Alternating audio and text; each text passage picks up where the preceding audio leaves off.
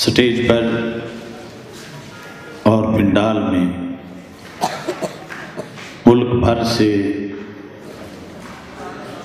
قرب و جوار سے، دور دراز سے علماء و مشائخ اور کارکنان اہل سنت رونق افروز ہے۔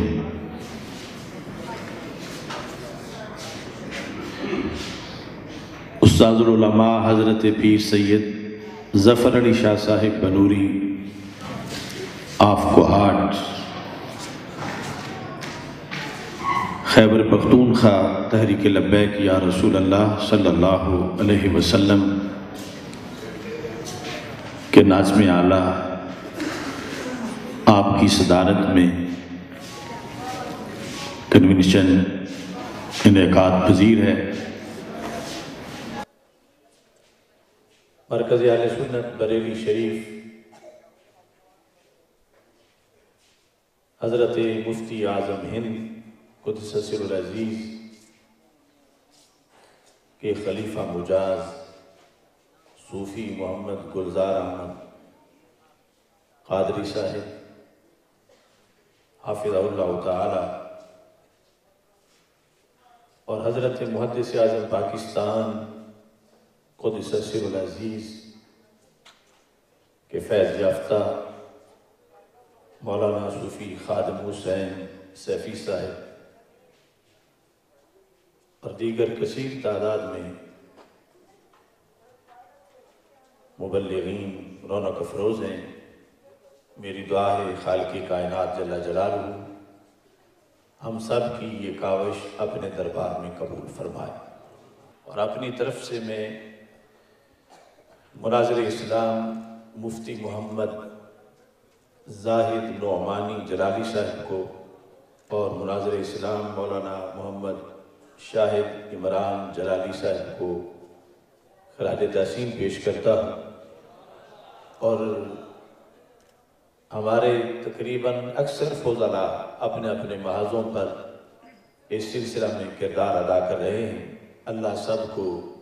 مزید ہمت عطا فرمائے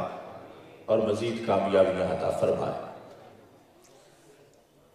آج کے اس کنونشن میں ایک تنظیمی اعلان بھی کرنا چاہتا ہوں۔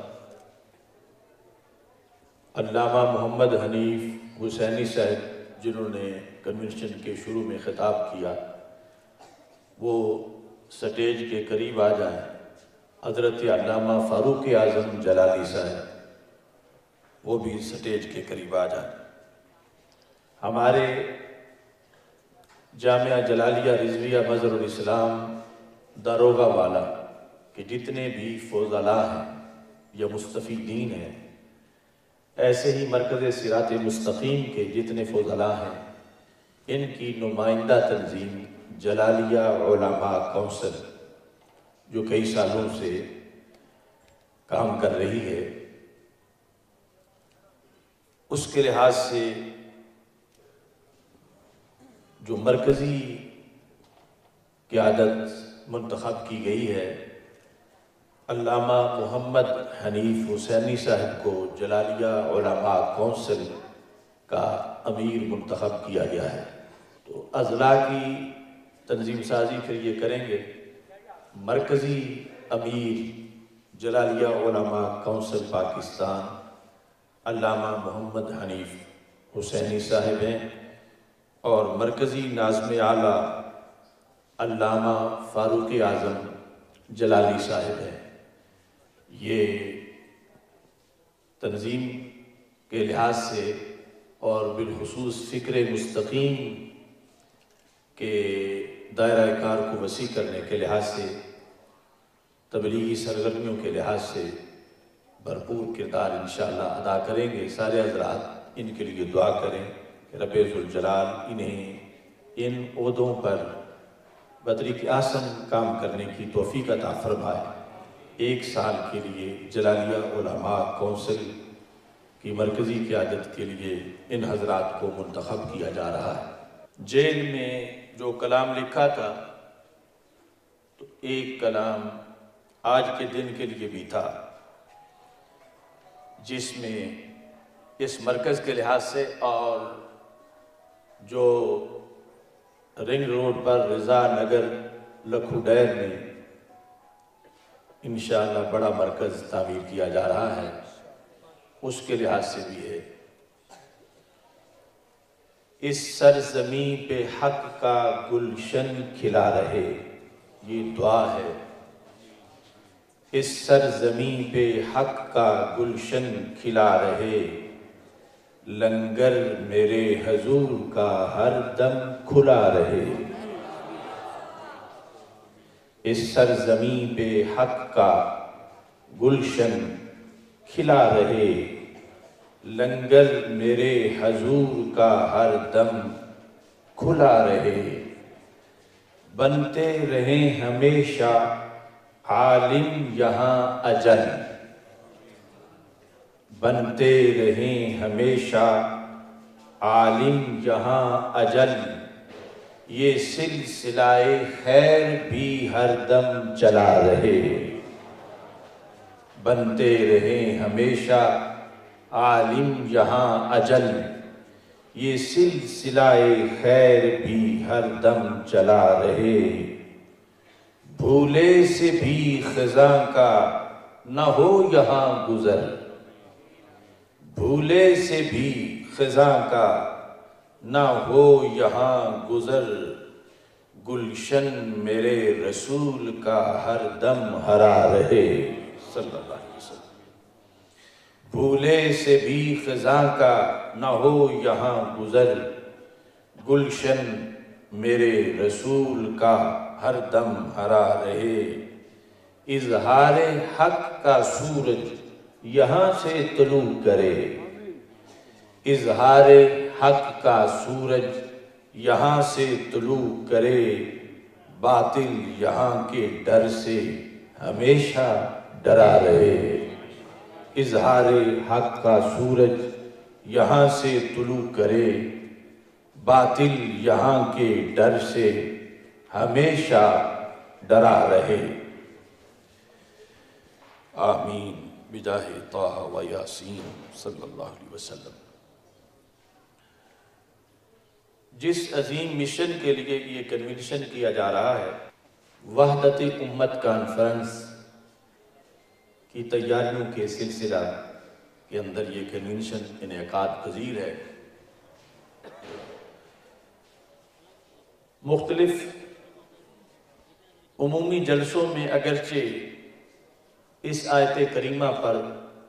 گفتگو ہماری ہوتی رہی، وَاعْتَصِمُوا بِحَبْلِ اللَّهِ جَمِيعًا وَلَا تَفَرَّقُوا، لیکن کچھ لوگ اس اندیشہ میں تھے کہ یہ اس پر سیمینار کیوں نہیں کرتے، کیا یہ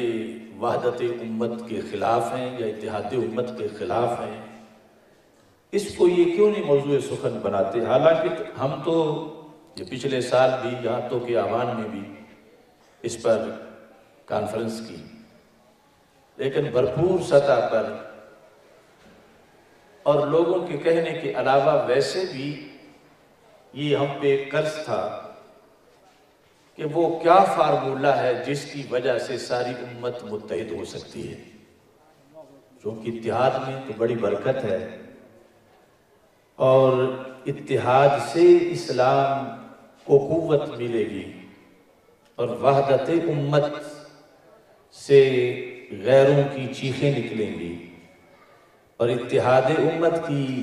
منزل کا حصول ہر درد دل رکھنے والے مسلمان کی ایک تمنا ہے، مگر اس ٹائٹل کو بھی واردات کے طور پر ماضی میں بڑا ہی استعمال کیا گیا ہے۔